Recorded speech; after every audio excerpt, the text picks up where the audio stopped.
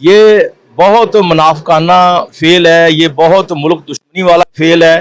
क्योंकि अगर थोड़ा सा पीछे जाएं, थोड़ा सा पीछे आप जाके रिकॉर्ड को अपने को ज़रा थोड़ा सा आप चेक करें तो इससे पहले जब इमरान खान ने धरना दिया था और चीन का सदर आया था, उसने पाकिस्तान में आके कारोबारी डील करनी थी, उसने पाकिस्तान के साथ समझौते करने थे, लेकिन शायरा रेशम इन्होंने ब्लॉक कर दी।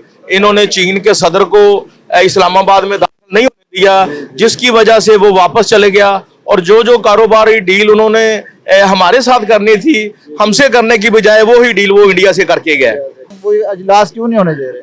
ये बहुत मुनाफिकाना फेल है, ये बहुत मुल्क दुश्मनी वाला फेल है। क्योंकि अगर थोड़ा सा पीछे जाएं, थोड़ा सा पीछे आप जाके रिकॉर्ड को अपने को ज़रा थोड़ा सा आप चेक करें तो इससे पहले जब इमरान खान ने धरना दिया था और चीन का सदर आया था, उसने पाकिस्तान में आके कारोबारी डील करनी थी, उसने पाकिस्तान के साथ समझौते करने थे, लेकिन शायरा रेशम इन्होंने ब्लॉक कर दी। इन्होंने चीन के सदर को इस्लामाबाद में दाखिल नहीं होने दिया, जिसकी वजह से वो वापस चले गया। और जो जो कारोबारी डील उन्होंने हमारे साथ करनी थी, हमसे करने की बजाय वो ही डील वो इंडिया से करके गए।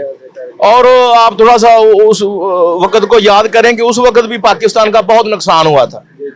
और या अब ये फिर वही जो पहले इन्होंने काम किया ना, अब वही ये उस काम को दोबारा रिपीट कर रहे हैं। क्यों ऐसा कर रहे हैं? ये क्या एजेंट दुश्मन है पाकिस्तान के? क्या चक्कर? ये असल में बात ये है कि ये पाकिस्तान के मुआशी हालात के दुश्मन है। ये चाहते हैं कि अगर कोई पाकिस्तान में पंजाबी की मिसाल है ना खेडना है ना खेडन देना है। हाँ जी, ये उस रास्ते पर चल रहे हैं, ये उस मिशन पर चल रहे हैं कि अगर हमने भी कोई अच्छा काम नहीं ना किया तो कोई और भी हुकूमत अच्छा काम करके हमसे सबकत ना ले जाए। हमारा दोस्त मुल्क है, हमारे भाई हैं सऊदी अरब वाले, चीन वाले।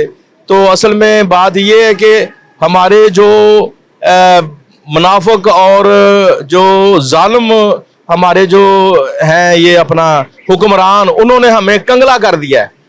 तो हम जो इतने कंगले और इतने अपाहज हो गए हैं कि हम सऊदी अरब और चाइना के बगैर एक कदम नहीं उठा सकते। अस्सलाम वालेकुम नाज़रीन, मैं हूं इनाम और आप देख रहे हैं पब्लिक प्रोग्राम।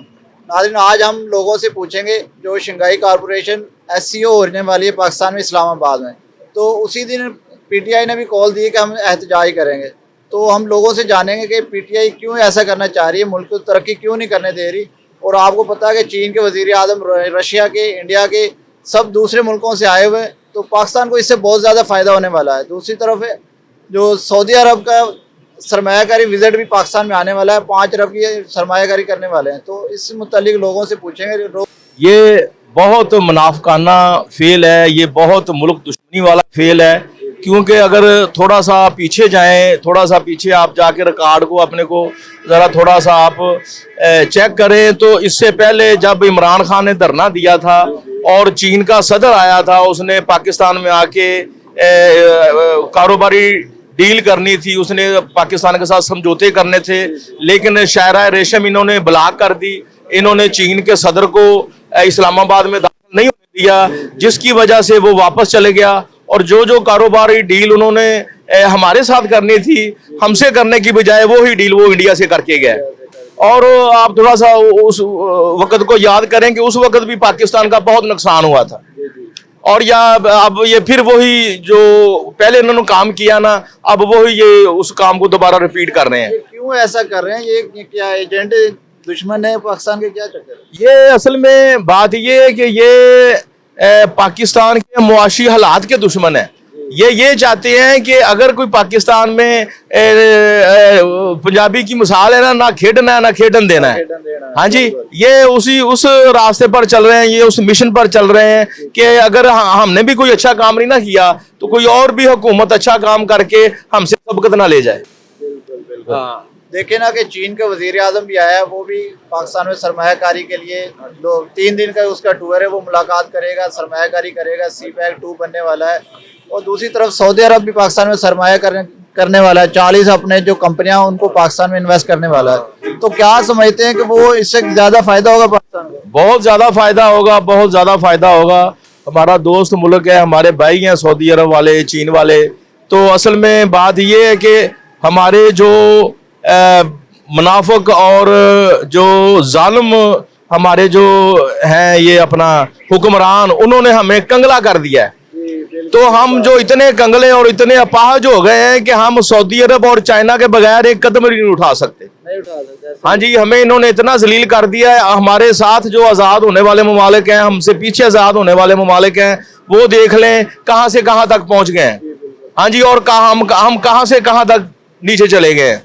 ये हमारे हुक्मरानों की वजह से है। और जो सबसे बड़ी बात है कि हम जो अपने इलेक्शन में जो अपने नुमाइंदे सिलेक्ट करते हैं, हम वहाँ पर बड़ी गफलत का मुजाहरा करते हैं, बहुत ज़्यादा हम बेवकूफ़ी का मुजाहरा करते हैं कि जो नाअहल बंदे हैं हम उनको वोट दे के जो आगे ले आते हैं, और वो हमारे जो फैसले करते हैं वो हमारे गलत फैसले करते हैं, वो अपने ज़ाती मुफाद वाले फैसले करते हैं, वो आवाम के फ़ायदे वाले फैसले नहीं करते हैं। इससे कितना फायदा होगा जो पाकिस्तान में इन्वेस्टमेंट होने वाली है सऊदी अरब की, कितना फायदा समझते हैं आप पाकिस्तान में? मैं समझता हूं कि ये बहुत सबसे बड़ी बात है कि जब वो इन्वेस्टमेंट करेंगे हमारे मुल्क में, तो ये हम जो अपना IMF के आगे झोली फैलाते हैं ना, हाँ जी, तो हम वो झोली फैलाने से बच जाएंगे। हाँ जी, वो हमारे मुल्क में मतलब सरमाया आएगा, उस सरमाए से हम अपना निज़ाम चलाएंगे। तो जो हम उधर से कर्ज लेते हैं ना, तो वो कर्ज की मद में जो हमें वो गुलामी का सबक देते हैं, जो हमें वो हमारे घर में फंदा डालते हैं महंगाई का, हम उस फंदे से, उस महंगाई से, उस जुल्म से हम बच जाएंगे। हाँ, ये बड़ी खुशी की बात है। तो आप देखेंगे जो चाइना का वजीर आजम भी आ रहा है, रशिया का भी आ रहा है, इंडिया का भी जो वो भी आ रहा है पाकिस्तान में। तो ये बहुत अच्छी बात है। इंडिया जो आ रहा है, पहले इंडिया ने ना कर दी थी, अब जो आ रहा है कितना फायदा इंडिया के समझते हैं कि तिजारत शुरू हो जाए, हमारे हालात उससे बेहतर हो जाए। देखिए, हमारी सिर्फ और सिर्फ इंडिया से हमारी दुश्मनी है। उस दुश्मनी की वजह से जो है हम कितना अपना जो बजट है वो हम अपना दफा पे लगाते हैं। अगर वो ही बजट हमारा कम हो जाए और वो बजट जो है हमारी तालीम पर खर्च हो, हाँ जी, हमारे जो मुल्की और मुआशी हालात हैं उस पर खर्च हो, जो गरीब आदमी उसको हुकूमत सपोर्ट करे, तो हमारे कितने हालात बेहतर हो सकते हैं, बहुत ज्यादा हालात बेहतर हो सकते हैं। आपको पता है जो हमारे दिफाई जो हथियारों के ऊपर जो पैसा लग रहा है वो दुनिया का 5वीं बड़ी इकोनॉमी बन गई हम इतने खरीदने वाले। बिल्कुल बिल्कुल ऐसे ही है। अदादो शुमार से यह पता चला है कि हमारा जो बजट का 70% है ना, 70% या 65% हमारा जो दिफा पे खर्च होता है। तो दूसरे इसके मुकाबले में अगर जापान की आप थोड़ा सा जापान पे नजर डालें, तो जापान को जो उसके दोस्त ममालिक थे उन्होंने तहफ़्फ़ुज़ दिया, उन्होंने अपने दफा पर पैसे खर्च करने की बजाय उन्होंने अपनी तरक्की में पैसे खर्च किए। और आज देख लें जो जापान है दुनिया की सबसे ऊपर कौमियत मानी जाती है।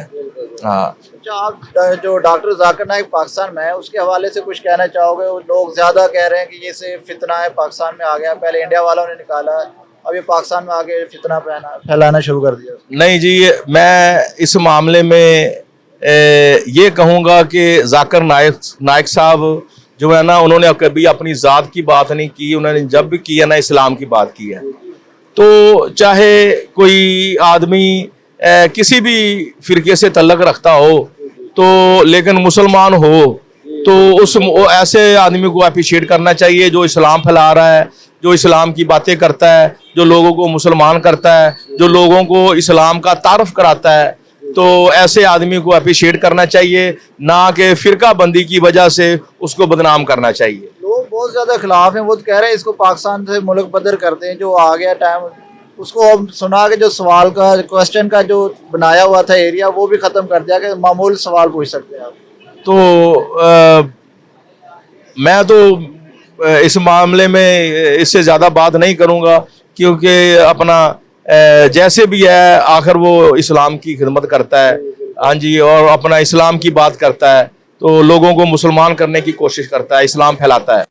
हमारी हुकूमत को, PTI वालों को कोई पैगाम देना चाहो जो धरने वगैरह दे रहे हैं? हाँ जी, मैं तो ये पैगाम देना चाहूँगा कि जो सिर्फ और सिर्फ हमारी जो कौम है ना, ये डंडे को मानती है, अकल को नहीं मानती, अकली दलाइल को नहीं मानती, अपने हकीकत को ये नहीं मानती, ये सिर्फ और सिर्फ डंडों को मानती है। तो मेरा तो ख्याल ये है कि मेरा समझ लें कि ख्याल भी है, मेरा एक ईमान भी है कि जो मुल्क दुश्मन लोग हैं ना, चाहे वो अपने हों चाहे बेगाने हों, उनकी सरकशी करनी चाहिए, हर हाल में उनकी सरकशी करनी चाहिए, हर हाल में उनको लोगों से मैं एक और बात कहना चाहूंगा कि ये जो हमारे मुल्क में ये जो कॉन्फ्रेंस हो रही है ना, ये जो अपना सरबराहों का इकट्ठ हो रहा है, ये पाकिस्तान की बड़ी कामयाबी है, जो कि पूरी दुनिया में तासर फैला हुआ है कि पाकिस्तान एक दहशतगर्द मुल्क है, इसमें कोई सुकून नहीं है, इसमें कोई कारोबार करने का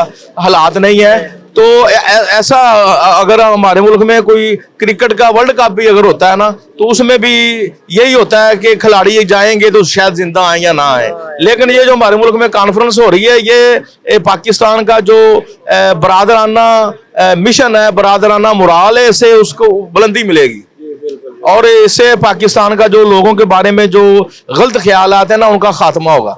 ये मैं मौजूदा हुकूमत की बड़ी मैं शाबाश देता हूँ, ये मैं उनके इस मकसद को अप्रिशिएट करता हूँ कि उन्होंने जैसे भी इसको मुमकिन बनाया, ये मौजूदा हुकूमत की बड़ी कामयाबी है।